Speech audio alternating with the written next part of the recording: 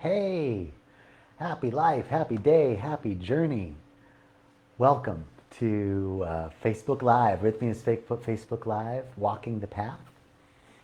My name is John Jacob Mubarak, and I am one of the directors here at Rythmia and an Agape licensed spiritual practitioner. And I'm super grateful to be here with you today. It is a rainy day here in Costa Rica. It is a rainy season, and it is raining, let me tell you. Lots of water everywhere. It's so amazing to see life come back. Hey, Robert. Hey, Dorota. Great to see you.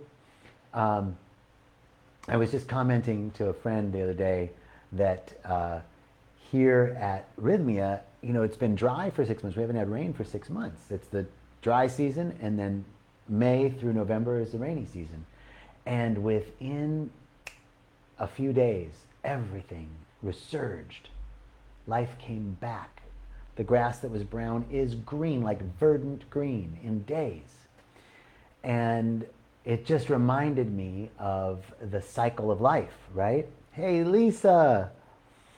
And love from the Pocono Mountains, hello. It's raining there too, awesome. So today's title of the,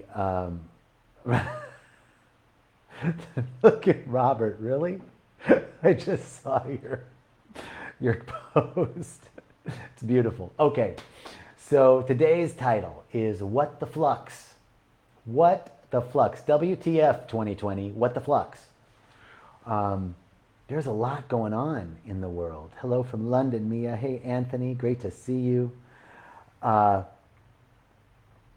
The idea here is, I had to write it down. 1 second, I have to refer to my notes. So, things are in flux. Things are in flux right now. They're all fluxed up right now. Stuff is fluxed up. And that's what we're seeing. We're seeing the nature. We're seeing life in its nature. The nature of life, we can see it everywhere. Everything is always in flux. Everything is always changing. The only thing that's permanent is change. We only see things rising, being born, something being birthed, something rising to its zenith, and then beginning to decline, fading away, and something new comes in. This is the cycle of life. This is what we see with the rainy season and the dry season in Costa Rica. And it's what we see going on right now. That there is an old system that is grasping for its last breath. Something is declining. And when things look like the wheels are coming off at the hinge, right? Things look like things are falling apart. And we can wring our hands in despair. Or we can say, this is the nature of life. This is the nature of our existence. That things dissolve so that something new can come in. And now, what new is seeking to emerge? So, the nature of life is growth and dissolution. The nature of life is insight, revelation, and dissolution. Something new insight comes in, something must dissolve so something new can come in.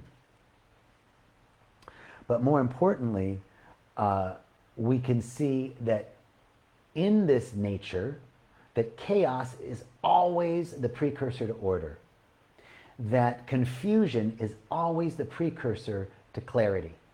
And so rather than wringing our hands and going, look at what we're caught in, we can say, there's something moving, there's something emerging, what is it?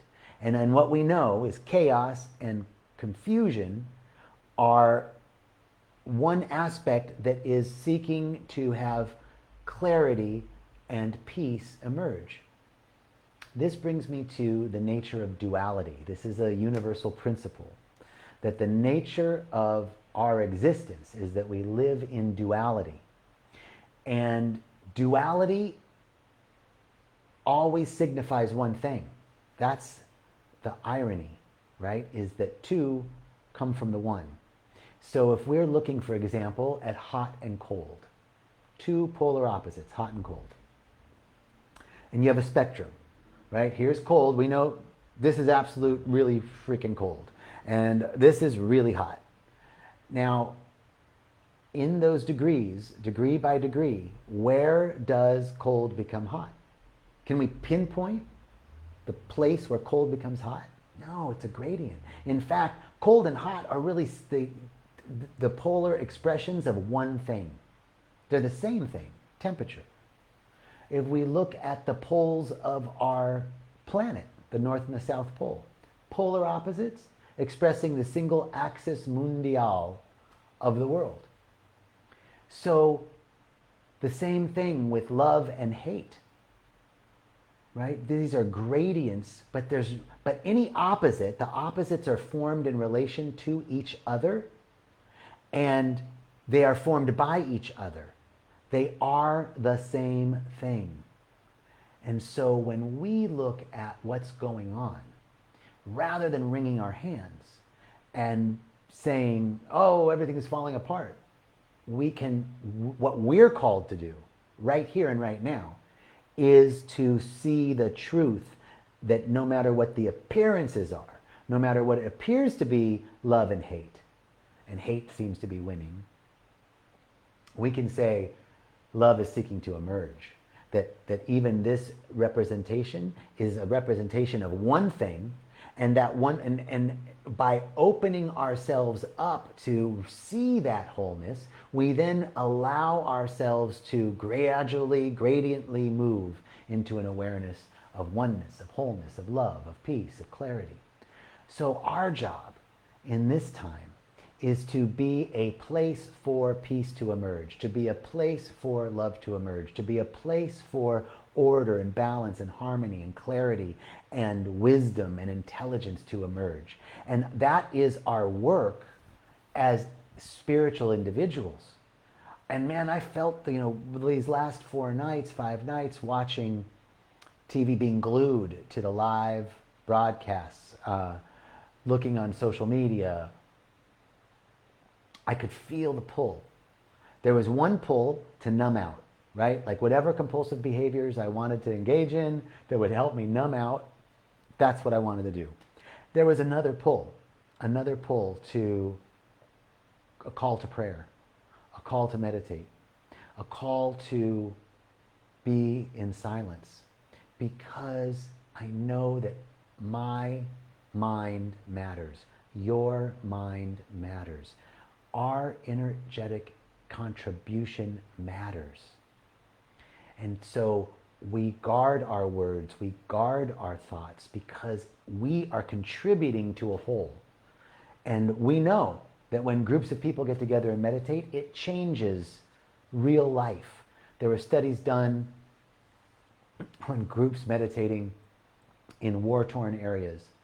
And during the week that those people meditated in that war-torn area, violent crime decreased, domestic violence decreased, robberies and theft decreased, incidents of armed forces interacting decreased. And when they left, all those things went up again. So we know that we have a contribution to make to the whole. And so our call to action is to go into a deep realization that only one thing is happening. When we can look and see in the duality the wholeness. In fact, Joel Goldsmith says that the consciousness that heals is the consciousness that sees wholeness. Have you ever talked to somebody who doesn't think very much of you? And maybe, well, I'll speak for myself. I've had the experience of speaking to somebody who I know thinks I'm just full of shit. And I can feel their judgment and opinion about me. And trying to speak into that, is very difficult. At the same time, I've had the experience, and I'm sure you have too, of speaking to someone who just thinks you are the bee's knees, just loves you, thinks the best of you, and holds you big, like they see you for who you are, who you really are. And when you speak to them, anything you speak is possibility, right? That's how important our consciousness is. Can we hold in this time the possibility of peace, the possibility of love, the possibility of justice, the possibility of a kind and just global society that works for the best and highest individual and collective good? That is what we must anchor in our consciousness first. And then from that awareness, right action expresses through us. It might be to go out and march in a peaceful protest. It might be that you're a lawyer and you want to go defend somebody. It might be that you want to do some pro bono work. It might be that you can go to one of those sites and to where people are protesting and hand out hand sanitizer and sandwiches. Who knows what form of right action is being called forth from you? The invitation is to allow that right action to emerge from a consciousness of wholeness, from an awareness of peace, from an awareness that all things are working together for our good. This realization that even though we see dichotomy, we see duality, that the duality is really a gradient expression of one thing, that both hate and love, light and dark. You know, where does the morning begin and the night end? Right? It emerges slowly. There's no pinpoint. So night and day are really the same thing. They're just, there's polar opposites, and then there's the gradient expressions in between that connects them. So we must be the consciousness that sees not colored skin and a police officer, that sees male or female, that sees rich or poor, that sees self or other. We have to be the consciousness that sees the wholeness, that sees, even though I see man and woman, I know that those poles are actually representation of the same life force. The one thing. From one many. E pluribus unum. Right? From one many. For energy is neither created nor destroyed, but transferred or conveyed into various forms. So from a singular energy, all duality emerges. From a singular source, all variety emerges. So our job then is to see this wholeness. We are to be the consciousness that heals. And we have a real job to do here, because as we can anchor into this realization, as we can see through the confusion, see through the apparent duality to the wholeness, we then become a channel for that peace to emerge. It's seeking to emerge. It's here. Peace is here. Love is here. Joy is here. Abundance is here. Justice is here. They're only suppressed by limited perception. They're only suppressed by where they're not allowed, where they're limiting them through our limited point of view. It's all there. We just are looking here. How can we open up the aperture to see the truth? You remember the story about the 100th monkey? A book that was done. In essence, the point of the book was there's a group of scientists on uninhabited islands off the coast of Japan that were studying these monkeys. And they would throw sweet potatoes out on the beach, go around in boats and throw sweet potatoes out on the beach. And the monkeys would eat the sweet potatoes. They were doing some study. And one of the scientists noticed that one of the monkeys, a female monkey, began to wash her sweet potato before eating it. And then pretty soon some other monkeys started doing that in her little group. And then that spread more and more. And by the time the 100th monkey on that island began washing the sweet potato, all the monkeys on all the islands washed the sweet potato. We see it in the mindset of a mob, right? Mass mind, right? We are connected to each other. We are influenced by each other's energies. So what we are called to do as individual light workers and light warriors, we are called to be a place for the consciousness of wholeness to emerge, and we do it by anchoring in spiritual truth. And the spiritual truth is that behind every duality is a singularity. That anything that seems opposite is really just an expression of the same thing. And when we can hold that consciousness, and the more of us that do it, and there's all these calls to meditation, join as many of those as you can. Be a participant. Get people in your community to begin to act together as we act together in peace, as we, in the conversations that we have, instead of wringing our hands, oh, this is awful, look at those looters, we are going to see wholeness. We are going to be the consciousness that heals, just in our beingness. And then, from that awareness, action, right action takes place. Right action takes place. So, I'm just looking at some of the comments. Limited by perception. Yes, we can always choose between hate and love. The realization is that hate and love are the same. Here's what I'm noticing. I'm noticing my natural, my natural desire to argue. Like my family, there's some people in my family that don't have the same perspective as I do.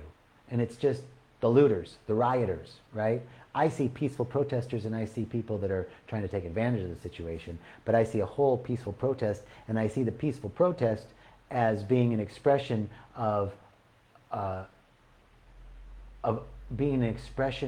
what's really happening for people, right? That this is real.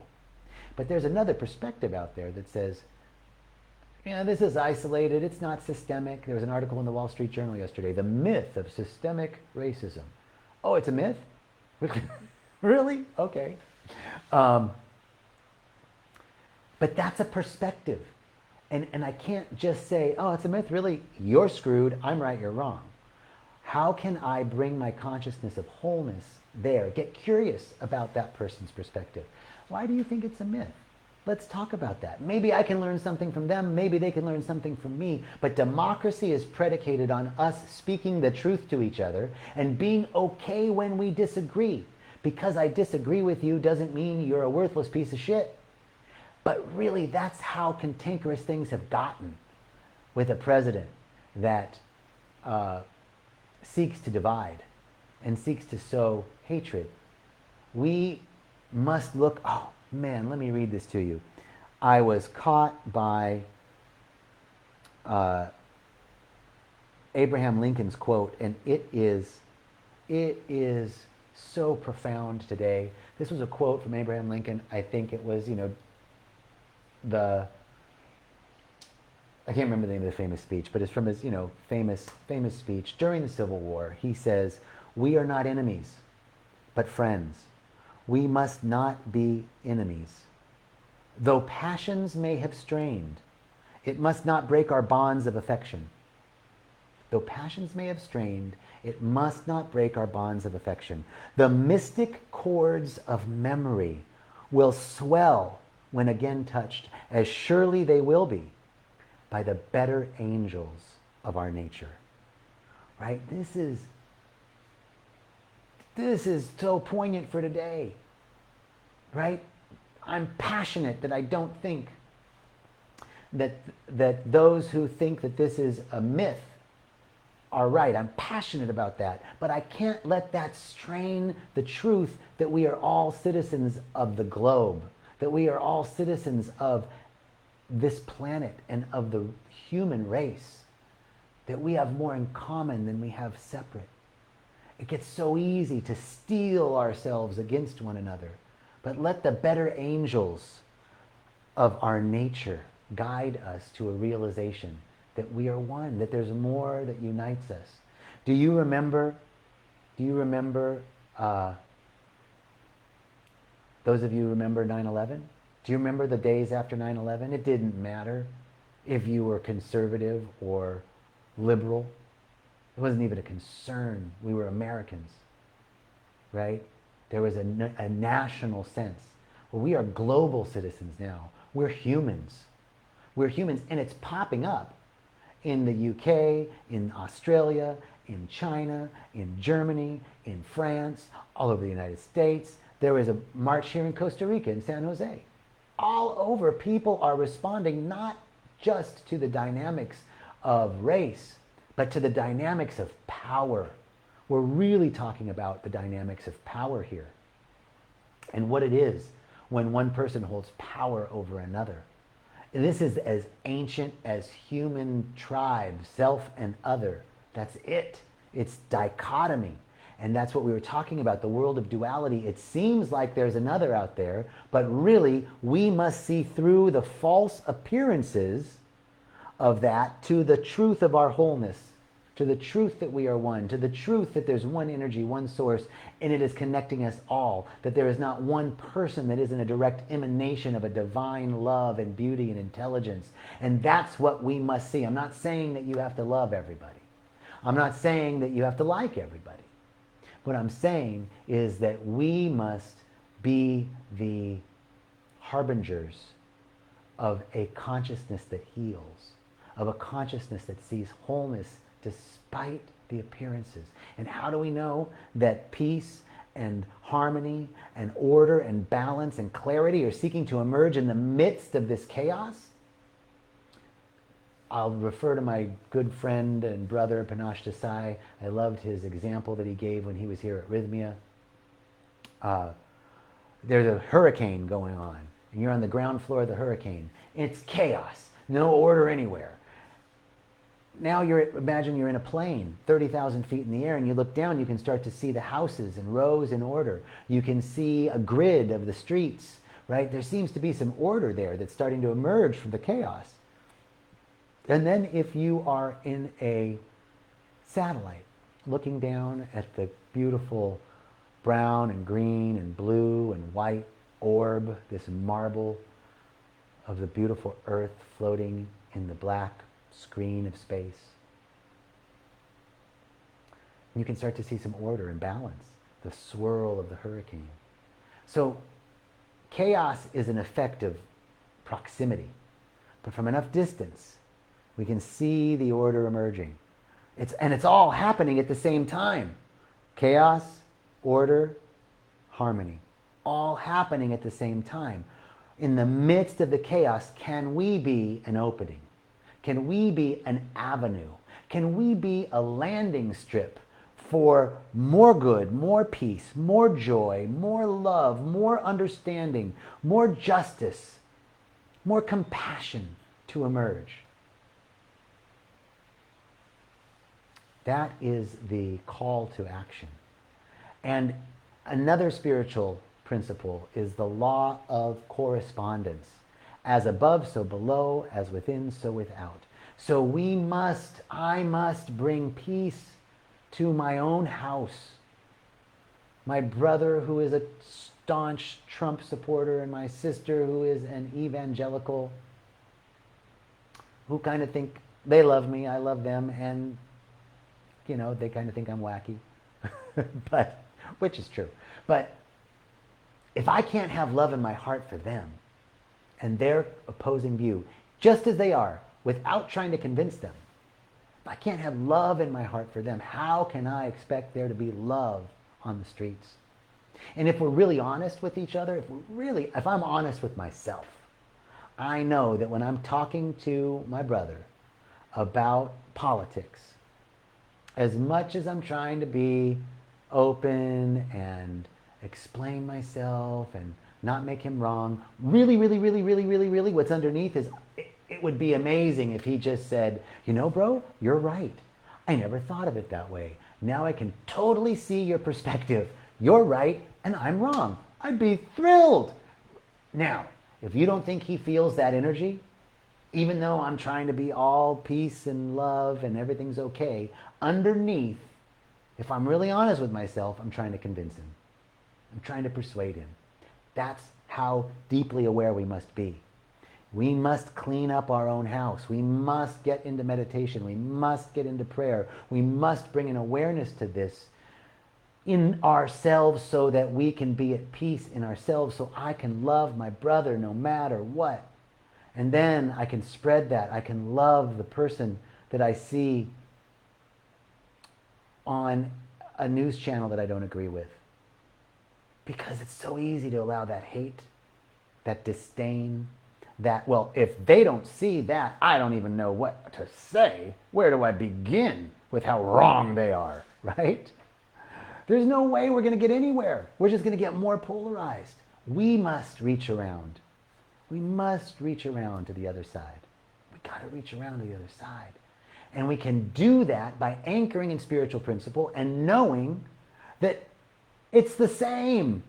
Black and white, Republican and Democrat, man and woman, male and female, gay and straight, Muslim and Christian.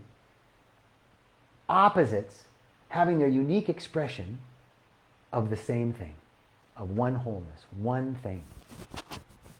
So this is where we begin to see what we can do right here and right now. Get our house in order. Get our own house in order. Get my heart open. Get into my heart space. Just get into love. Get into, can I forgive that person closest to me? Can I see wholeness in that person closest to me who has an opposing view?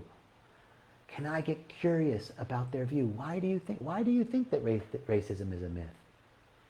Why do you believe that they're all the same, looters, rioters?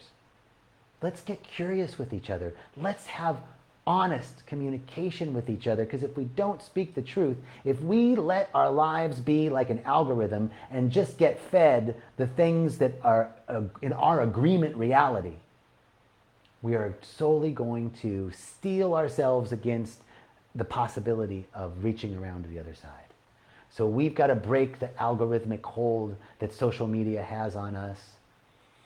And we need to, the call to action, the invitation is to reach around. Is to reach across to the other side. Yeah, I did make a little sexual reference there. To reach across to the other side. To see the wholeness in the midst of division. And to realize through spiritual principle, one, of the nature of life. 3 principles we talked about today. 1, the nature of life is growth and dissolution, birth and death. It's the nature. We're in the process of a dissolution of something that no longer serves. And we're in this grasp of it right now.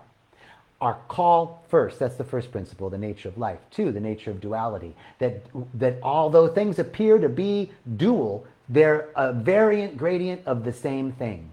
Love and hate, war and peace, black and white, night and day, Muslim and Christian, male and female.